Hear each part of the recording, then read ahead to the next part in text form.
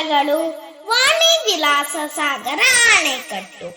ಈ ಅಣೆಕಟ್ಟು ಕರ್ನಾಟಕ ರಾಜ್ಯದ ಚಿತ್ರದುರ್ಗ ಜಿಲ್ಲೆಯ ಹಿರಿಯೂರು ತಾಲೂಕಿನಲ್ಲಿದೆ. ವಾಣಿ ವಿಲಾಸ ಸಾಗರ ಅಣೆಕಟ್ಟನ್ನು ಮೈಸೂರು ಮಹಾರಾಜರು ಸ್ವಾತಂತ್ರ್ಯ ಪೂರ್ವದಲ್ಲಿ ವೇದಾವತಿ ನದಿಗೆ ಅಡ್ಡಲಾಗಿ ಕಟ್ಟಿದರು. ಇದು ಕರ್ನಾಟಕ ರಾಜ್ಯದಲ್ಲಿಯೇ ಮೊಟ್ಟ ಮೊದಲು ನಿರ್ಮಿತವಾದ ಅಣೆಕಟ್ಟು.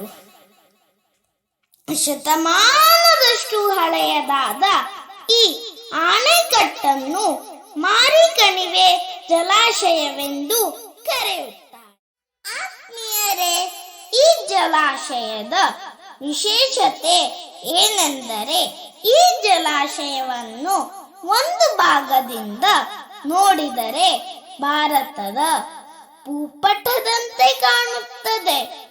ಈ ಜಲಾಶಯವನ್ನು ಸಂಪೂರ್ಣವಾಗಿ ಗಾರೆಕಲ್ಲಿನಿಂದ ನಿರ್ಮಿಸಲಾಗಿದೆ. ಇಲ್ಲಿರುವ ಮಾರಮ್ಮ ದೇವಿಯ ದೇವಾಲಯವು ಪ್ರವಾಸಿಗರನ್ನು ಆಕರ್ಷಿಸುತ್ತದೆ. ಈ ಜಲಾಶಯವು ಕೃಷಿ, ಮೀನುಗಾರಿಕೆಗೆ ಸಹಾಯಕವಾಗಿದೆ. ಧನ್ಯವಾದಗಳು.